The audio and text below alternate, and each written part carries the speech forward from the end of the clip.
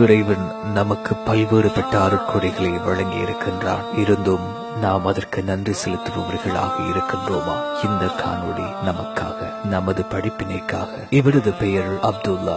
Saudi அரேபியாவினை சேர்ந்தவர். நல்ல உடல் ஆரோக்கியத்துடன் வாழ்ந்த இவர் எப்படி உடல் ஊனமுற்றவராக மாறினார்? ஓர் உருக்கமான காணொளி உங்களுக்காக. இன்று நான் உங்களுடைய விருந்தாளியாக இருந்தாலும் உங்களிடம் நான் ஒரு கேள்வி கேட்கிறேன். நீங்கள் அனைவரும் என்னை நேசிக்கிறீர்களா? இந்த காணொளியை காணும் நீங்கள் என்னை நேசிக்கிறீர்களா? அல்லாஹ்வை சாட்சியாக வைத்து சொல்கிறேன், நானும் உங்கள் அனைவரையும் நேசிக்கிறேன். மக்களின் மேல் கொண்டுள்ள நேசம், நான் அவர்கள் மேல் கொண்டுள்ள நேசத்தில் ஏதாவது வித்தியாசம் ஏற்படலாம். உங்களிடத்திலே ஒரு கேள்வி கேட்கவா? நீங்கள் அல்லாஹ்வை நேசிக்கிறீர்களா?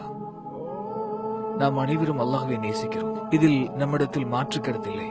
அல்லாஹ்வை விரும்பக்கூடிய ஒவ்வொருத்தரும் நான் சொல்லுவதை கேளுங்க. அல்லாஹ்வுக்காக உங்களுடைய கையை உயர்த்துங்கள். இந்த காணொளியை பார்க்கக்கூடிய நீங்களும் உங்களுடைய கையை உயர்த்துங்க. அல்லாஹ்வுக்காக கேட்கிறேன், உங்கள் கையை உயர்த்துங்கள். அல்லாஹ்வை நேசிப்பதற்காக கையை உயர்த்துங்க. யா அல்லாஹ், எல்லோரும் உங்களுடைய கையை உசத்தினீங்க. அல்லாஹ் உங்களுக்கு நற்கூலி வழங்குவானாக.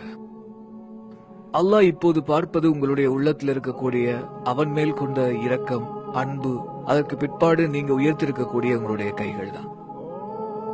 நீங்க இங்கு ஒரு விஷயத்தை அவதானிக்கிறீர்களா? கேமரா என்ன நோக்கி இருக்கா?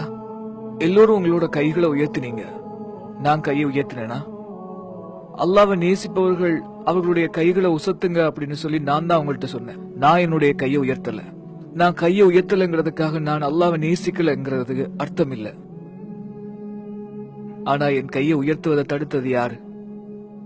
என்னை யார் தடுத்தது? அல்லாஹ்வுக்காக உங்கள்கிட்ட கேட்கிறேன். அல்லாஹ் அவன் தான் என் கையை உயர்த்துறதை தடுத்தான். அவன் தான் உங்களுடைய கைகளை உயர்த்த உதவினான். உங்களுக்கு தெரியுமா, நான் ஒரு காலத்துல அல்லாஹ்வுக்கு மாறு செய்றவனாக இருந்தேன்.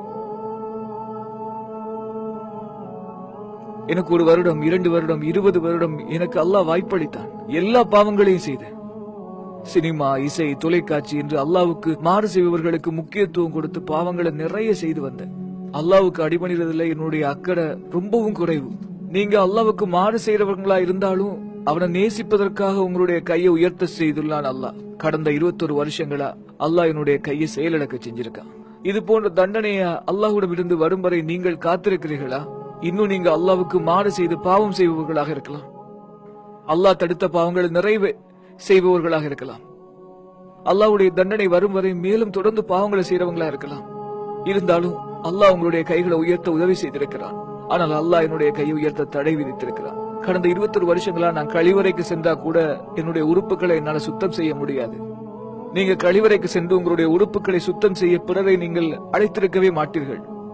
21 வருடங்கள் சென்று விட்டது. ஆனால் என் உடல் உறுப்புகளை பிறர் ஒருவரால் மட்டுமே சுத்தம் செய்ய முடிகிறது.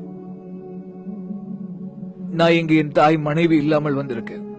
அவர்கள் என்னுடைய உடல் கழிவை பார்த்தால் உடனே சுத்தம் செய்வார்கள். இல்லைன்னா நான் இன்று ஜித்தா அல்லது நான் வசிக்கக்கூடிய மதினா நகரம் செல்லும் வரை என்னுடைய கழிவுகளை அவர்கள் சுத்தம் செய்வதற்காக காத்திருக்க வேண்டும். நான் உங்கள் மனதை கலங்க வைத்திருக்கலாம். இது நாளை மறுமையில உங்களுடைய உடல் நரக நெருப்பு அடைகிறதை விடவும் மேலானது. இப்போது உங்களுடைய இதயம் கலங்கி இருப்பது நாளை மறுமையில நரக வேதனையை விட சிறந்தது. அல்லாஹ் இந்த உலகத்தில் உங்களுக்கு கொடுத்த அருட்கொடைகளுக்காக அவனுக்கு நன்றி செலுத்துங்க.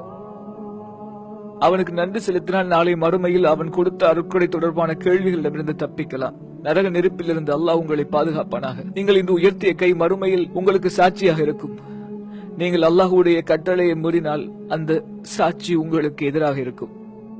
நாளை மறுமையில ஒவ்வொருவருடைய வாய்க்கும் முத்திரையிடப்பட்டுவிடும். கை போன்ற உடல் உறுப்புகள் அவைகள் செய்தவைகள் பற்றி பேச தொடங்கும். அல்லாஹ் நேசிப்பதாக கூடி நீங்கள் உயர்த்திய உங்களுடைய கைகளும் சாட்சியாக இருக்கும். நீங்க தூரமாக்கி கொண்ட சினிமா, நாடகம் பார்ப்பது, இசை கேட்பது, கெட்ட பழக்கங்கள், புருவத்தை சிரைப்பது, ஆபாச படங்கள் பார்ப்பது, அந்நிய பெண்களுடைய அலைபேசி எண்கள் வாங்குவது, ஆண் பெண் தனிப்பட்ட வாழ்க்கையில விளையாடுறது, இணையதளங்கள்ல பெண்களோட ஆபாச படங்களை வெளியிடுறது, பார்க்கிறது, இது போன்ற பாவங்கள். லா இலாஹ இல்லல்லாஹ். அல்லாஹ்வை நினைவுபடுத்திக் கொள்ளுங்கள் சகோதரர்களே. கிடைத்த அருட்கொடைகளுக்காக அல்லாஹுக்கு நன்றி செலுத்துங்கள். நீங்கள் வழி தவறி சென்றால் உங்களுக்கு பதிலாக வேறு ஒரு சமூகத்தை அல்லாஹ் உருவாக்குவான். அந்த சமூகம் உங்களை விட மிகச் சிறந்ததாக இருக்கும். சுப்ஹானக்கல்லாஹும்ம வ பிஹம்திக அஷ்ஹது அன் லா இலாஹா இல்லா அன்த அஸ்தக்ஃபிருக வ அத்தூபு இலைக். அல்லாஹுவின் தண்டனைகள் வருவதற்கு முன் அவன் தடுத்த அனைத்து பாவங்களையும் விட்டு விலகிக் கொள்பவர்களாக நாம் எப்போது மாறப்போகிறோம்? நம் இளமை, செல்வம், நேரம் என்று அல்லாஹ் நமக்கு கொடுத்த அருட்கொடைகளை கொண்டு அவனுக்கு மாறு செய்யாதிருப்போம். நரக நெருப்பிலிருந்து நம்மை பாதுகாப்போம்.